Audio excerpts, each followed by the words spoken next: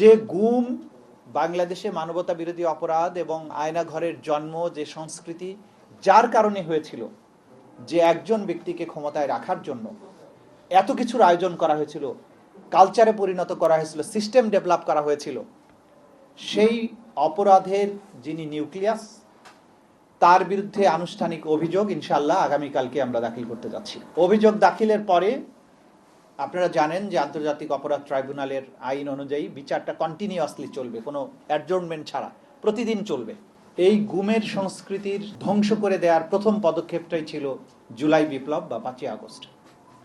আমাদের সবার আগে ওই সব শহীদদেরকে স্মরণ করা প্রয়োজন, যারা অকুণ্ঠ চিত্তে একেবারে নির্ভীকভাবে সেই দানব একটা শক্তি যারা মানুষকে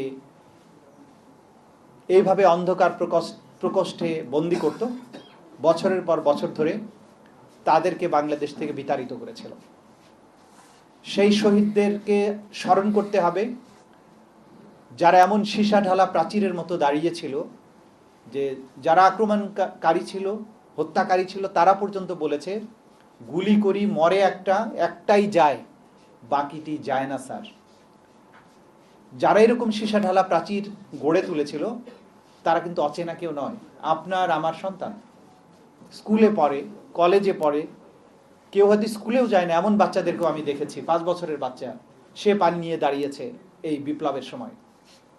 সুতরাং এই জাতির জীবনের অবিস্মরণীয় অর্জনগুলোর মধ্যে জলজলেতম অর্জন হচ্ছে জুলাই বিপ্লব এবং 5ই আগস্টের বিজয়। এই শহীদদেরকে আমাদের চিরদিন মনে রাখতে হবে।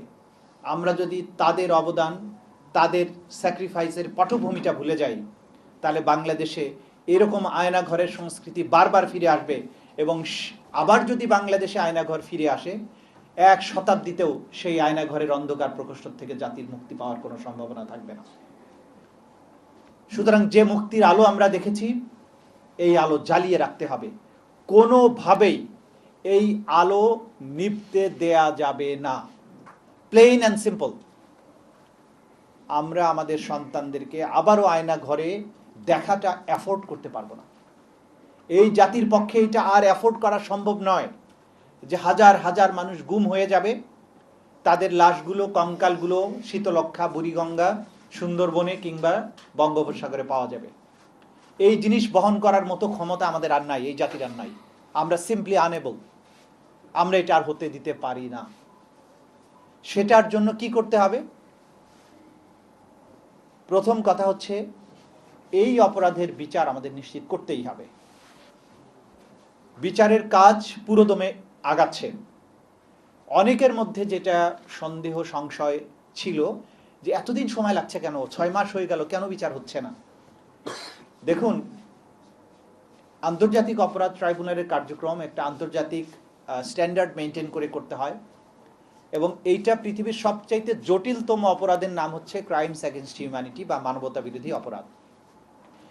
এই অপরাধগুলো, যেই গুমের যে বছরের পর বছর অন্ধকার প্রকোষ্ঠে ছিল, তারা এক একটা সেল আবিষ্কার করতে আমাদের কত পরিশ্রম করতে হয়েছে, কত টেকনোলজি ব্যবহার করতে হয়েছে, কত ধরনের পদ্ধতি অবলম্বন করতে হয়েছে, এবং আমরা কিন্তু এখনো সবগুলো আবিষ্কার করতে পারি নাই। সুতরাং এই তদন্ত শেষ হতে একটা যুক্তিসঙ্গত সময় লাগবে। এটা মোবাইল কোর্টের মতো নয়, ম্যাজিস্ট্রেট গেল, ভোক্তা অধিকার গেল, গিয়ে বলল আপনার সামগ্রীতে ভেজাল আছে, তাৎক্ষণিক 50,000 টাকা বা 5 লক্ষ টাকা জরিমানা করে দিল, অথবা 1 মাসের জেল দিয়ে দিল। আন্তর্জাতিক অপরাধ ট্রাইব্যুনালের কার্যক্রম সেরকম নয়। সে কারণে তদন্তটা শেষ হতে এই যে সময়টা লেগেছে বা লাগছে, সেইটা যুক্তিসঙ্গত সময়।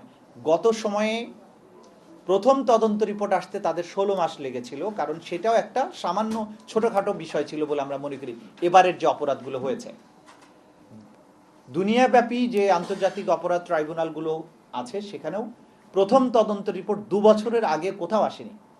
আমাদের প্রথম তদন্ত রিপোর্ট 6 মাসের মাথায় আমরা পেয়েছি।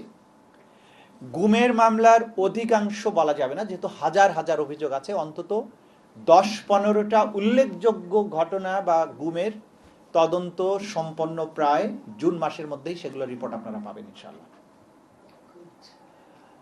আমরা আপনাদেরকে যে সুখবরটা দিতে চাই, যে গুম বাংলাদেশে মানবতা বিরোধী অপরাধ এবং আয়নাঘরের জন্ম যে সংস্কৃতি যার কারণে হয়েছিল, যে একজন ব্যক্তিকে ক্ষমতায় রাখার জন্য এত কিছুর আয়োজন করা হয়েছিল, কালচারে পরিণত করা হয়েছিল, সিস্টেম ডেভেলপ করা হয়েছিল, সেই অপরাধের যিনি নিউক্লিয়াস, তার বিরুদ্ধে আনুষ্ঠানিক অভিযোগ ইনশাআল্লাহ আগামীকালকে আমরা দাখিল করতে যাচ্ছি। অভিযোগ দাখিলের পরে আপনারা জানেন যে আন্তর্জাতিক অপরাধ ট্রাইব্যুনালের আইন অনুযায়ী বিচারটা কন্টিনিউয়াসলি চলবে, কোনো অ্যাডজর্নমেন্ট ছাড়া প্রতিদিন চলবে। তা আমরা সেইভাবে বিচার প্রক্রিয়া এগিয়ে নিয়ে যাওয়ার ব্যাপারে দৃঢ় প্রতিজ্ঞ। পাশাপাশি এর আন্তর্জাতিক যে স্ট্যান্ডার্ড মেনটেন করা, মানবাধিকার রক্ষা করা, বিচারের নামে অবিচার যাতে না হয়, অতীতে যেগুলো হয়েছে সেগুলো যাতে না হয়, সেগুলোর ব্যাপারে আমরা খুবই সতর্ক এবং সাবধান আছি। যাতে করে বিচার হবে, অপরাধীর শাস্তি নিশ্চিত করা হবে, কিন্তু কোনো রকমের আইনের ব্যত্যয় যাতে না হয়